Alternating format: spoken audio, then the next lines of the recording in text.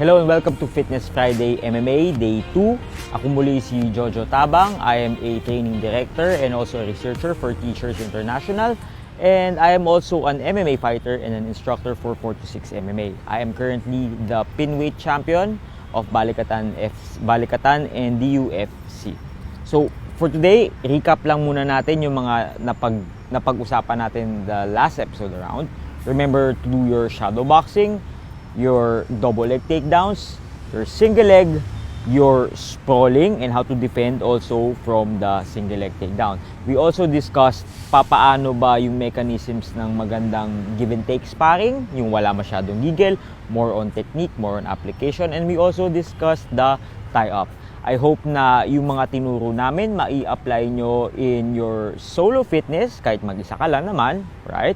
Or with a training partner para ma-maximize natin yung training time na ginagawa mo. Not only are you getting fit, but you're also learning. So ngayon na nadala na natin yung laban from stand-up to the ground, pag-uusapan naman natin kung anong gagawin mo pag nasa ground ka na. Paano ba mag-establish ng magandang position? Paano ba kumuha ng magandang submission? And more importantly, paano ba tumakas at depensahan ang mga yon? Okay? So for the first technique na ituturo ko sa inyo sa ating ground session is called the side mount. Remember na humabol ka ng magandang takedown, you put him down. Ngayon gusto mong manigurado that he stays down. So kunyari ito kami dalawa ni Sir Vince. Remember na ibababa ko yung base ko kasi bubuhatin ko siya, kapit sa kanyang bewang, right? Bangga ng tenga, hatak ng kamay. Yan. Okay, usog tayo natin. Usog tayo. So, the moment na naibagsak ko na si Sir Vince sa ground, maninigurado ako na hindi siya basta makakatakas. Pagkabagsak, itong bewang ko, ilalagay ko sa kanyang kilikili.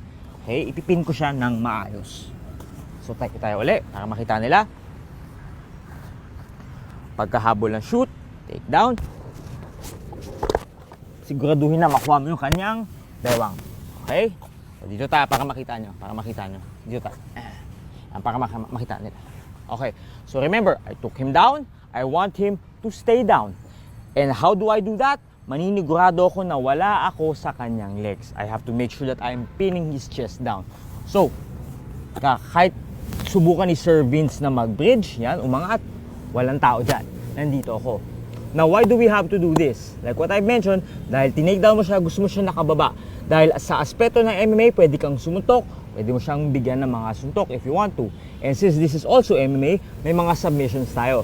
An example of submission that you could do, okay, is called the kimura. I-demonstrate ko lang naman, okay? Kapit dyan. Yan. Sorry, Amerikana pala. Brush. So, part of this drill, pagkakuha ng takedown, habol agad ng side mount. When you have the side mount, you could go to many different positions. Pag hindi mo makuha yung submission or hindi mo ma-maintain yung side mount, pwede ka ding humabol ng high mount. So, nabagsak mo na, napin down ko na si Sir Vince. Make sure na mataas ang level mo ha, just to make sure that yung bewang mo umaabot sa kanyang kilikili. So much so na yung katawan mo, yan, natatakpan mo yung mukha niya. Hindi siya komportable. But then again, hindi mo bibigyan ng comfort talaga yung kalaro mo. Okay? Mula sa posisyon na to, pwede kang humabol ng high mount. Just like the side mount, the high mount is also important because if you wanna punch your way to a finish, pwede yan. Katulong mo ang gravity, right? So since mataas ng posture mo, when you punch, tinutulungan ka ng gravity going towards his head. Attack. If you wanna do a submission, an example of submission is called the arm bar. Isolate ko yung braso, igilid ako, kukunin ko yan. Remember, nasa itaas ako. Kung ito yung kamay na gusto kong i-manipulate, kontrolin, maninigurado ka muna na malapit ka para may leverage ka. Pagkabagsak, ayan, dahan-dahan, hyperextend. Pero para mangyari lahat ng submission at ground and pound na yun, sisiguraduhin mo na pag na-take down mo na yung kalaban mo, yung kalaro mo, you want to pin him down. Remember, you want to isolate this. You want to be this high in the side mount. Okay, wala ka sa bewang kasi kung mag-bridge, baka may makatakas. Pag sa high mount, gusto mo na nandito ka sa itaas. Always remember that when it comes to your basic dominant position. Okay, so kung may kapartner ka, you could practice that. Pagkahabol ng takedown, humabol ng side mount, humabol ng high mount, just always make sure na maganda yung base mo, you're pinning the person down properly. Pero paano kung mag-isa ka lang? Right? You could do a switching drill na i-introduce sa atin ni Sir Vince. Sir Vince? So So you would notice from this position, yan, si Sir Vince, inaano niya, yung base niya, nilalabas niya na maayos. He's still maintaining balance. He's switching from that angle to this angle. As you could notice a while ago sa ginawa kong positioning from the side mount to high mount, this requires you to move your legs and your upper body in coordination. Okay? So kung magawa mo yan properly with a proper switching drill, okay, mai-apply mo yung mga techniques and principle with that. Pagdating sa ground, at least may idea ka na paano mag-transition. So again, balik ako. Nakunan ako, kunyari, ako naman ang nakunan ni Vince ng side mount. Observe mo yung galaw niya. I-try nyo i-relate sa switching drill a while ago. Dito siya, mataas siya. Right? He's gonna go for a high mount and then to a side mount. High mount ka. Yan. And then side mount. Kabila. Side mount ka kabila. Okay.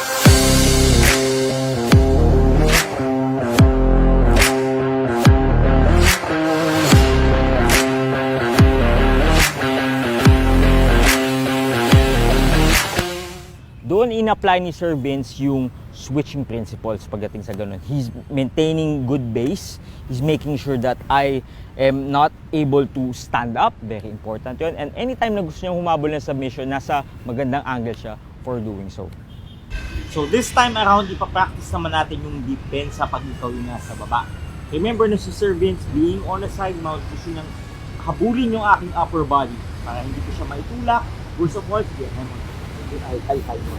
First of all, pag nasa angulo siya for a submission, dahil malapit sa kanya yung braso ko, pwede siyang yan, Americana for example. Alright? So, that's my first problem. Yung gusto niya dito, ayoko siya na nandyan. Remember, ang basic na defense that you could do is the opposite of what the offense is trying to do. If he's trying to go up, I'll try to push him down. Pero hindi yan basa-basa. I try to push him down with my elbow, wala, mahirap. So, this is where squirming comes in. This position, I move to the side, okay? Para hindi ko kinakalagkad yung buong balikat ko, I try to frame his head. Kung hindi ko magamit yung palad ko, pwede mong gamitin yung ano mo, yung forearm mo. Right? Push 1, go to the other side, push 2. From this space, sa space na to, isang kamay, pasok dito sa butas, space, yan. Pangalawang kamay, pasok dito. So kahit humabol man si Sir Vince ng side mount na mataas uli, sige, habol mo ng side. As long as nandito yung dalawang braso mo, I could simply slide out. Notice na hindi ko dadaanin sa lakas ito. Slide out lang ako. Position, slide out. Ako naman yung nasa labas. Pwede ako humabol ng submission na gusto ko. Okay? So again, nakunan ako ng magandang side mount ni Sir Vince. Proper side mount, yan. Mahirap siyang gawin, oo, pero imbis na tumunga nga ka na lang sa depensa, wala ka nang ginagawa, do the best you can to escape. And when you do your best to escape, make sure that it's technical. Okay? Hindi na sasayang. Try to move to the side. Push! Push! Isang kamay. Pasok! Pasok! Slide out. Okay? Now, it's also the same technique na gagawin mo when it comes to a high mount. So again, nakunan ako ng high mount ni Sir Vince this time around. Mataas yung base niya. Right? Malapit siya sa aking kamay. So much that he could punch me if he wants to go for a submission. Example, an armbar. Sige, abot ka ng armbar. Yan. Mas malapit sa kanya yung kamay ko, mas madali niyang manipulate. Therefore, gusto kong ilayo yung mga kamay ko at ang aking upper body sa kanya. I want to put his base down. I want to push his base towards my hips para maka-bridge ako. Pero noticing this, mahirap. So this is where squirming comes again. I move to the side, use my elbow to push, push, push. Notice when I'm pushing, I try to cover my face kasi since MMA to, sinasapa ka talaga niyan.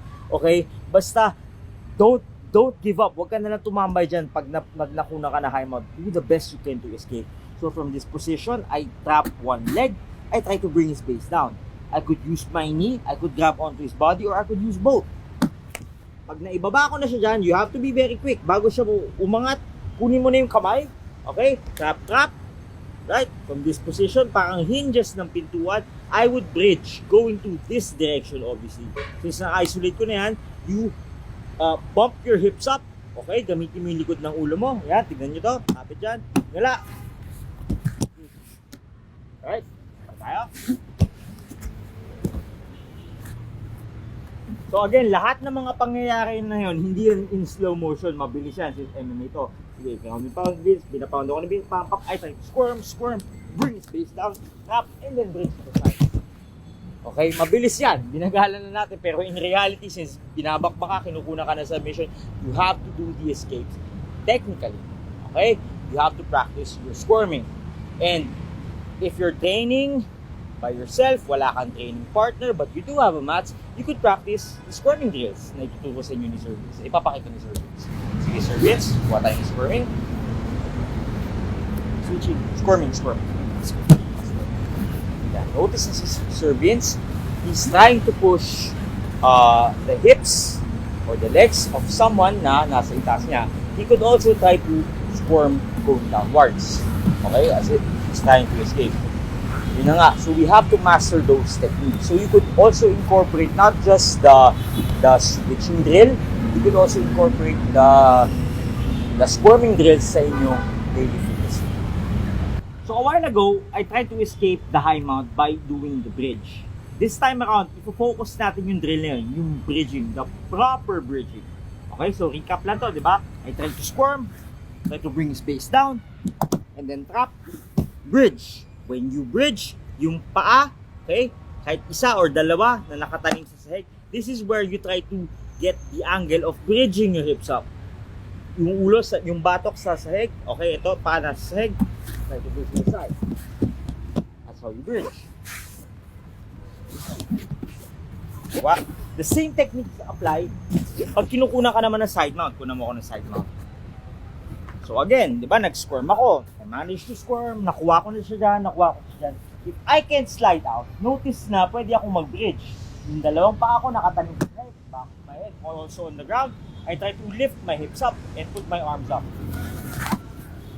Bridging.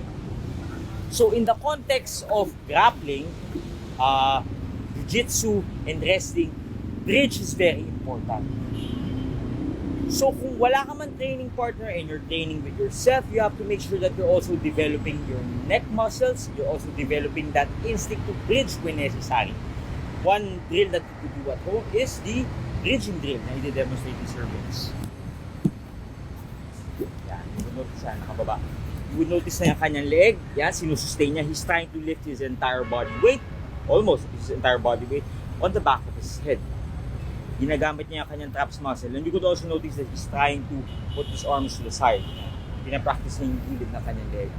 So you could incorporate that sa inyong daily fitness routine kung mag-isa ka sa bahay and you're trying to do some grappling related drills. Okay, so for this episode, at least makaturo ko ng isang submission, particularly a submission on the guard that is made very famous, called the armbar from the guard. Right? So we've practiced the hip twisting, right? How to do that properly. Dito natin ma-apply yan properly. From this position, make sure that you're isolating one arm. One arm is good because you're gonna do an arm bar. What I try to do is, kung anong kamay ang ina-isolate ko, kunyari ito, yan, I'll try to use the same arm to trap it. So if this is his right arm, I'll use my right arm to trap it. Trapping involves you using your bicep. Pwede mo itong gamitin kung may gi. Pero the fact na magiging madulas yan, magiging mahirap catching the arm. So what I like to do is to use my bicep para makasigurado naka-properly locked in. Para hindi siya makatakas. From this position, you have to go to this side para ma-isolate mo yung balikat. Now, how do you do that? Kung flexible ka, you could simply swing your leg towards his face. But that doesn't involve technique. I want you to be technical. So you have to use another arm to trap his shoulder. Baka hindi siya makaangat. If you could want to control the back of the head, you could do that. Para kung subukan ni Sir Vince umangat, sige, the Sir Vince, he's still down here. From this position, I use my leg, this leg, isipa ko sa side, right? Notice na nakuha ko na yung angulo na gusto ko, throw my legs, and then twist. Doon pumapasok ang hip twisting. Again, trap, same arm, left side, yan, itong lumabas sa akin, at ito grab the back of his head, use my hips to move to the side, and then swing. Oh, sorry. Notice in that process, again, I am not idle within my back. Gumagalaw ako, and also I'm applying the hip twisting. So with grappling, hindi porket you're on your back, vulnerable ka na. On your back, you could do plenty of submissions. This is what makes jiu-jitsu, to be specific, a very deadly sport, a very deadly technique, and also a very deadly art. So kunyari, kahit malagay man yung likod ko on the ground, I could do submissions. An example is you being on the guard position. This is called the guard position. Nalaglag ako, Sir Vince nasa itaas. Now, it might look na he's dominant. It might look na ako, vulnerable ako, pwede akong tamaan na suntok. Yes, that may be true. Pero for the learned person, may submission dito. An example would be an armbar. So let's just say, sige, sumusuntok si Sir Vince. Yan, ma-isolate ko yung kamay. Ma-isolate ko, it's across my head. From this position, I try to grab his collarbone. Many techniques go into this position. But this is just one of the many styles that you could do. From this, I try to shift. I try to kick his hips with my toe, with my heel to the side. Nakaanggulo ako sa kanyang braso. From this position, I trap here. Yan, you would notice na na-isolate ko na yung braso. Mula dito, susubukan ko hyperextend. I will pull his thumb going downwards and then bridge my hips up. You could notice na hina-hyperextend ko yung kanyang elbow hanggang sa mabalik. Okay? So again, armbar from this position, kapit. Yan. Diba? Sipa to the side. Okay. Not only that, you could also apply many other submission. This one is called the triangle position. From this, pag ma-isolate ko, pulling ko yung kamay, pasok dyan, I try to move to the side. Good. From this position, hindi ko nakalaban yung kanyang balikat, leg na lang yan. I put this together and then I try to bring his body downwards. I am trying to constrict him. A while ago with armbar, hina-hyperextend ko. With the triangle, I am trying to constrict him. So again, ito yan. Control, labas, sipa, gilid, right, isolate, sipa, trap, constrict, triangle. Now, you could notice on your back, hindi ka idle. Hindi porket nasa likod ka, may alam ka submission, again, hihiga ka na lang. This also requires many muscle movements, many muscle groups for you to use. Since kalaban mo ang gravity, dahil nakababa ka, you have to practice shooting your hips up. This is where, anong tawag doon? Hip twist comes in. Okay? Na i-demonstrate sa inyo ni Sir Vince. If you're training alone, wala kang training partner, you could also apply this in your training regimen. Sir Vince higa. This is called the hip twisting. Higa siya. He's putting his hips up. Notice when he's doing that, he's twisting his hips. Right? Yan. Pwede lagyan ng variation. Pwede mag-practice ng triangle position. He's working his abs. He's working his legs. In some sense, he's also working his lower back. So again, just to recap, Vince, tayong dalawa. Si Sir Vince, apply naman niya yung technique na yun. Habang siya sa akin ng full guard. Para ma-appreciate nyo. Full guard, para ma-application nyo. Wash siya ng armbar. Notice his hip. Sige, armbar. Good. Okay, kabila, balik ka. Kuha ka ng triangle. Triangle. Sige, triangle, triangle. Triangle. Good. Okay, kabilang side. Kuha mo ka ng armbar dito. Good. Good. Okay. Kuha mo ka ng triangle dito sa side nito. Control. Yes. So again, even on your back, you're a very deadly person. But even on your back, hindi ibig sabihin nun na hihiga ka na lang. You have to apply as many muscle groups and techniques as you can. This is what makes jiu-jitsu a very, very gentle but deadly art. You would notice na yun na nga, he's doing his hip twisting para makakuha yung angle for a good arm bar. Isolate ito. He's also doing good hip twisting to isolate my neck para masara niya na maigi yung triangle. So for this drill, i-synthesize na natin lahat na natutunan natin. We're gonna practice the switching, the squirming, the bridging, and the hip twist. Okay? We're gonna do a drill. Okay? Gusto ko na intindihin nyo na may mga techniques involved. Focus kayo sa mga ginagawa namin techniques. Right? So kung may ka-partner kayo, you could try to do this drill as well. So from this position, si Sir Vince habol sa akin ng side mount. And drill to. We're gonna practice many positions, many escapes, and many techniques. So kung naka-proper high mount si Sir Vince, remember that I have to squirm. Remember squirming ulit ha. I have to put his base down. Squirm, squirm, squirm. Now for this drill, the moment na magkaroon na ng space, si Sir Vince, habol siya ng high mount. High mount, yan. Very high mount. From this position, I would still try to escape. And remember, escaping the high mount requires you to squirm pa rin. Bring his face down, and then trap. Diba? Right? From this position, bridge kami. Ayan. And, but this time around, naka-guard na si Sir Vince. From a guard position, me, I'll try to escape. Okay? Pero para ma-integrate din natin yung hip twisting, attempt kayo ng isang submission, such as the armbar. Sir Vince, habol ng armbar. Kuha. Yan, balik. Drill lang naman. So pag nagawa na yung armbar, balik kami dito. Now I will try to escape the guard position. If he wants me to go down on his base, bumaba sa level niya, I want to do the opposite. I want to posture up. By using both of my palms, ilalagay ko sa bewang and putting my elbow sa kanyang hips. I put one knee sa kanyang tailbone and kicking my leg backwards, I make an opening. From this position, I use two arms. Dakot, kuha, trap. Lalagay ko yung tuhod sa kanyang muka. And from this, I try to switch. Gagamitin na aking balikat. And ako ay nasa side mount position na. A good side mount. From this position, si Sir Vince naman ang tatakas. Squirm. Bago siya makatakas, hahabol ako ng high mount. Okay, anong gagawin ni Sir Vince? He's gonna squirm. He's gonna put my face down. Switch niya ako. Tap the arm. Switch. Guard. The guard position, nahabol ako ng isang submission. Kuha lang. Para ma-practice lang natin yung hip twisting. Kuha. Armbar. Okay? Yan. Tapos si Sir Vince, takas, escape, pass, tuhod, good, proper side mount. Anong gagawin ko? Escape. Which I will score. So as you could notice, with that synthesis drill, we're practicing many positions such as the side mount, the high mount, and also the full guard.